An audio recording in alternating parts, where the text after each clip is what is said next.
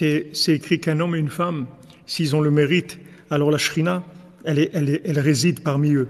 L'Ozachu esh ochlotan. Si maintenant ils n'ont pas le mérite, alors c'est un feu qui les dévore. Donc si maintenant ils vivent dans la crainte d'Hachem, alors la Shrina, elle réside parmi eux. Et sinon, il y a un feu qui les dévore. Maintenant, qu'est-ce que ce feu? C'est le feu du désir de l'argent et du désir aussi dans le domaine charnel. Parce que comme Rabbeinu, il a enseigné dans la Torah de Civitat Tzedek, cette Torah, je pense que c'est la Torah 23, Ma'arich b'inyan ma shekatuv besfarim sha'ikar nisayon tavat mishgal u'b'makom acher b'ma'aseh shel ba'al tefila mevoir sha'tavat mamon gadol yoter. Alors maintenant, Rabbeinu, on voit qu'il parle de deux choses comme étant des choses qui sont primordiales dans la vie. Rabbeinu dit que d'un côté, il dit que la ta'ava, que le désir, les plaisirs charnels, c'est le pire qui est, et il faut réparer ça. Il faut réparer cette chose-là.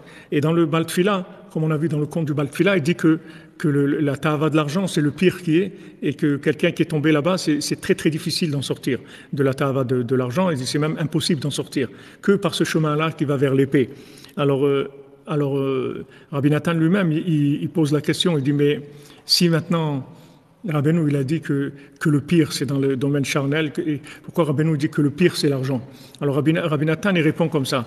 Rabbi Nathan, il dit, celui qui faute dans l'alliance, c'est-à-dire celui qui faute dans le charnel, la conséquence, c'est qu'on le fait tomber dans l'argent. Et là, ça devient extrêmement difficile de sortir de ça. Parce que du fait qu'il a fauté dans le domaine du charnel, l'argent, ça devient quelque chose pour lui qui est indispensable à sa vie. C'est-à-dire, il est tout le temps obsédé par l'argent. Il lui faut de l'argent et de l'argent et encore de l'argent et encore de l'argent. Parce qu'en fait, il a un problème dans l'alliance. Il n'est pas lié avec une base qui le sécurise, qui lui donne un chemin, il est tout le temps frustré. Donc il essaye de combler sa frustration avec l'argent. Et l'argent, en fait, ça vient de le désir de l'argent, ce besoin d'avoir beaucoup d'argent. Parce que normalement, même si quelqu'un il a besoin de parnassa, il a besoin d'avoir de quoi vivre, même s'il a besoin de vivre aisément, il a besoin de voiture, une maison, ce qu'il a besoin de voyager, de faire ce qu'il a à faire. Mais le principe d'avoir beaucoup d'argent, c'est-à-dire de vouloir beaucoup d'argent, ça montre qu'il y a un problème quelque part. Et le problème de quelqu'un qui veut beaucoup d'argent, son problème, c'est pas l'argent. Son problème, c'est l'alliance. C'est là où il a un problème. Vous voyez, Yosef Hatzadik, lui, il a passé ses épreuves dans l'alliance. Après, il avait toute la richesse de l'Égypte et il distribuait à tout le monde. C'est lui qui donnait à manger à tous les peuples de la terre. C'est lui qui nourrissait tout le monde sur terre. D'où c'est venu? C'est venu du fait qu'il est dans l'alliance, il a passé les examens, il a réussi à passer l'examen dans l'alliance. Maintenant, il n'avait plus ce besoin-là d'exister à travers l'argent. En fait, c'est le même principe que la femme. C'est-à-dire que la femme, si elle n'a pas de mari, elle a besoin d'exister par l'apparence physique, par le côté extérieur. Le mari, c'est la même chose. Si le mari n'a pas la crainte d'Hachem, s'il n'a pas l'alliance, alors il a besoin d'exister avec l'argent. C'est-à-dire ce qui va en Amérique, il y avait même, je ne sais pas s'ils font encore ça, mais avant il y avait, quand tu avais une carte de visite, il y avait ton nom, ta profession et en dessous le salaire annuel. C'est imprimé sur la carte de visite. C'est-à-dire que voilà ce que tu vaux. Alors quelqu'un, il vaut $400,000, $500,000, $2 millions. Quand la personne elle se présente, elle dit je m'appelle Monsieur John Wine, je suis commerçant en vin, je vaux $500,000. C'est ça ce que je vaux. C'est imprimé sur la carte de visite parce que c'est la valeur de la personne en fait.